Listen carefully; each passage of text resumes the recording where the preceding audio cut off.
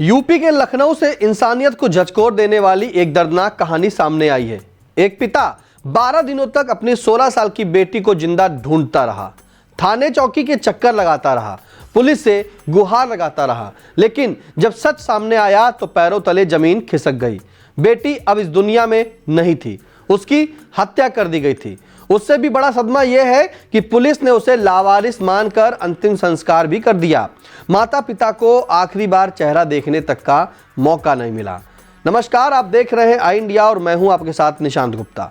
बताया जाता है कि पारा थाना क्षेत्र की रहने वाली शीतल 13 जनवरी की शाम घर से अपने एक इंस्टाग्राम दोस्त से मिलने निकली थी। परिवार को क्या पता था कि यह मुलाकात उसकी जिंदगी की आखिरी शाम बन जाएगी। आरोप है कि दोस्त ने साथियों के साथ मिलकर उसे गाड़ी में बैठाया और फिर उसकी हत्या कर दी। इसके बाद शव को सुनसान इलाके में छोड़ दिया गया। परिवार बेटी की तलाश में दर दर भटकता रहा। गुमशुदगी दर्ज कराने के बाद भी पुलिस उन्हें यही भरोसा दिलाती रही कि वह कहीं घूमने गई होगी। 12 दिन बाद पुलिस ने थाने बुलाकर बेटी की तस्वीर दिखाई और बताया कि उसकी मौत हो चुकी है।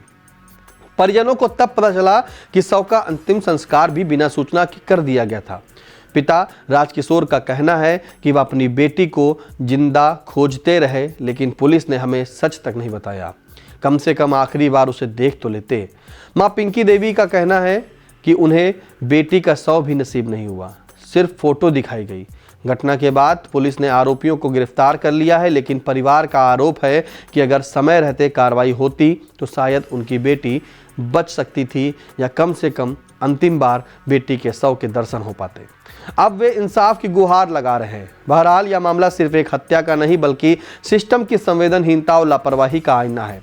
एक परिवार ने अपनी बेटी खोई, लेकिन उससे भी बड़ा दर्द यह है कि उसे लावारिस मान लिया गया। सवाल यह है कि जब माँ बाप थाने के चक्कर लगा रहे थे तो उनकी बेटी लावारिस कैसे हो गई? अगर समय रहते खोजबीन होती, शिकायत को गंभीरता से लिया जाता तो शायद नतीजा कुछ और होता। यह घटना बताती है कि पुलिस की एक चूक किसी परिवार की पूरी दुनिया उजाड़ सकती है।